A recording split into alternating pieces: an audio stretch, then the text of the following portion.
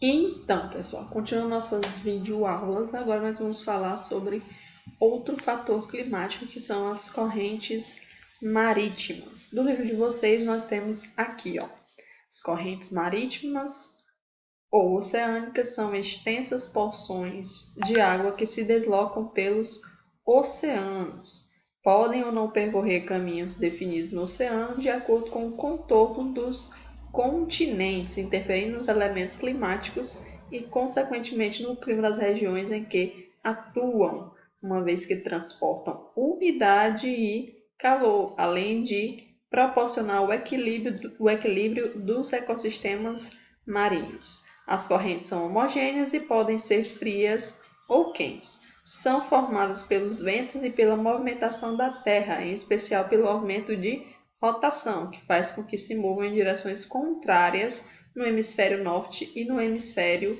sul.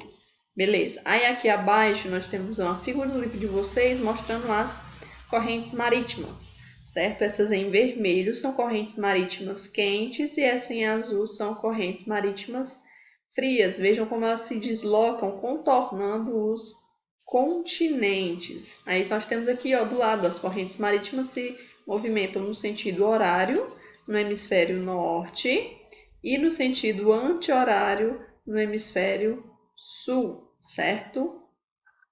Pois bem, vamos ali para nossa.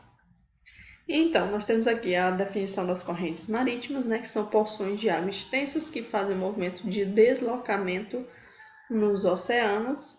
Elas se movimentam graças à ação dos ventos e ao movimento de rotação da Terra, como nós já vimos, né? Que é diferente no hemisfério norte e no hemisfério sul, certo? Elas apresentam condições específicas de temperatura e influenciam diretamente no clima de uma região, certo? Podem interferir na temperatura atmosférica e no movimento das massas de ar, certo? Em regiões em que o mar é mais quente, por exemplo, a evaporação aumenta e eleva a umidade do ar, certo? Que se dispersa para outras regiões. Então, vai influenciar aqui, por exemplo, no índice pluviométrico daquela região, certo? Quando as correntes são mais frias, a umidade local diminui e a pressão atmosférica e a umidade passam a ser menores, que faz com que essa região acabe sugando as massas de ar de outras localidades que passam a sofrer alterações em seus climas. Um exemplo clássico dessa influência das correntes marítimas frias é lá no deserto do Atacama, né, próximo dos Andes. Então, aqui nós temos massas de ar úmido que vão em direção ao continente, mas que não chegam até o deserto do Atacama devido às correntes frias, né? As correntes marítimas frias, como é o caso da corrente fria de Humboldt.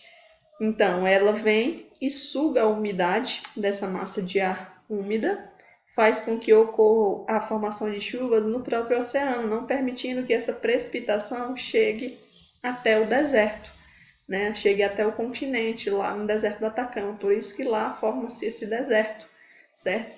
Que embora tenha a influência na região de massas de ar úmido, as correntes frias elas sugam a umidade dessa massa de ar e não permite que essa região receba essa umidade, né? Então não se formam chuvas, por isso nós temos um deserto. Aqui nós temos a mesma figura do livro de vocês, mostrando as correntes marítimas, certo? Como elas delinham, né? Passam ao redor dos continentes, certo? Então aqui no hemisfério norte em sentido horário, no hemisfério sul em sentido anti-horário, como elas se movimentam, certo? As em vermelho são correntes marítimas quentes e as em azul são correntes marítimas frias. E aqui mostrando a influência dessas correntes marítimas no litoral do nosso país. Então mostra aqui a influência no sul do país, né, de correntes marítimas frias, e aqui no restante do país, né, do centro-oeste até do sudeste, centro-oeste até o norte do país, a influência de correntes marítimas quentes. Pois bem, além desses fatores climáticos, nós temos outro fator climático que é o relevo. Aí só lembrando para vocês que esses demais fatores climáticos que eu vou apresentar a partir de agora não está presente no livro de vocês. Então, nós temos aqui o relevo. O relevo é um fator climático que pode interferir no clima de uma região, facilitando ou dificultando a circulação das massas de ar, influenciando principalmente a temperatura, certo? Então, regiões que estão muito próximas de montanhas têm um clima extremamente influenciado pelo seu relevo. Isso porque as montanhas elas vão dificultar o deslocamento das massas de ar, influenciando na temperatura, influenciando na umidade. Como influencia na umidade, também vai consequentemente influenciar no índice pluviométrico, né, na formação das chuvas, certo? Então, numa cidade localizada entre montanhas, por exemplo, pode fazer mais calor do que uma outra que não tem a influência desse relevo, né? Então, uma cidade, uma região localizada entre montanhas vai ser mais quente, menos úmida e tudo mais devido à ação do relevo. Por que que isso acontece? Porque o vento tem maior dificuldade para dispersar o ar quente que está contido naquela região cercada por montanhas. Além disso, né, as montanhas podem funcionar como barreiras para a chegada de massas de ar úmida, por exemplo, em determinadas regiões, né, deixando aquela região mais seca, certo? No Brasil, nós temos um exemplo, né, que é as serras no centro-sul do país, que formam uma passagem que facilita a circulação da massa de ar atlântica, polar atlântica, e dificulta a massa tropical atlântica. Aí nós temos aqui a influência do relevo no clima. Então veja como uma formação montanhosa impede, por exemplo, que massas de ar úmida, né, que vêm em direção ao continente vindas do litoral, elas são impedidas de chegar nessas regiões quando tem essas formações montanhosas. Então percebam como o relevo pode influenciar no clima de uma região. Então, como as massas de ar úmida que carregam umidade, que trazem as chuvas, não chegam a essas regiões devido à barreira formada pelas cadeias montanhosas, aqui vai ser uma região mais seca. Consequentemente, também vai ser uma região mais quente, certo? Devido à escassez de chuvas. Além de todos esses fatores climáticos, né, que influenciam no clima de uma região, nós temos o fator humano, certo? Então, nós temos aqui, além de todos esses fatores que são de ordem natural, também é preciso lembrar que o homem acaba se tornando um dos agentes mais intensos de transformação do clima. Como? Através das suas ações sobre, por exemplo, a vegetação, certo? Então, quando o homem chega numa determinada região em que a vegetação era vasta, que mantinha aquele clima mais úmido, que mantinha aquela temperatura mais amena, e ele tira essa cobertura vegetal, ele vai, consequentemente, influenciar no clima daquela região. Então, temos aqui a dilapidação dos recursos naturais, o desmatamento, a deterioração dos rios, a construção de represas e muitas outras realizações humanas exercem também influências negativas sobre o clima.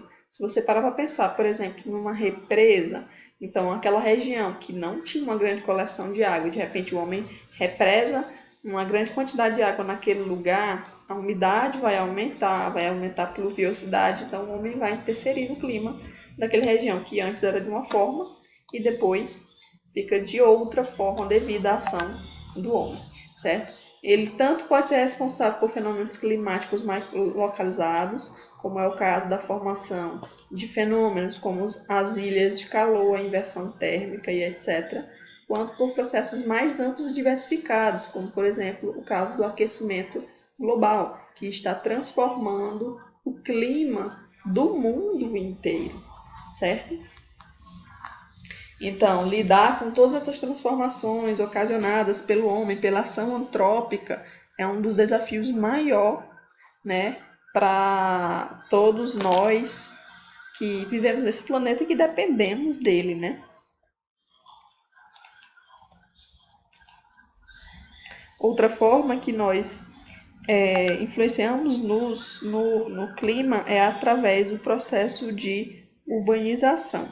Então, à medida que o homem se instala em determinada região, retira a vegetação e começa a construção de prédios, asfalto e tudo mais, tudo que está relacionado ao processo de urbanização, nós também vamos influenciar naquele clima daquela região.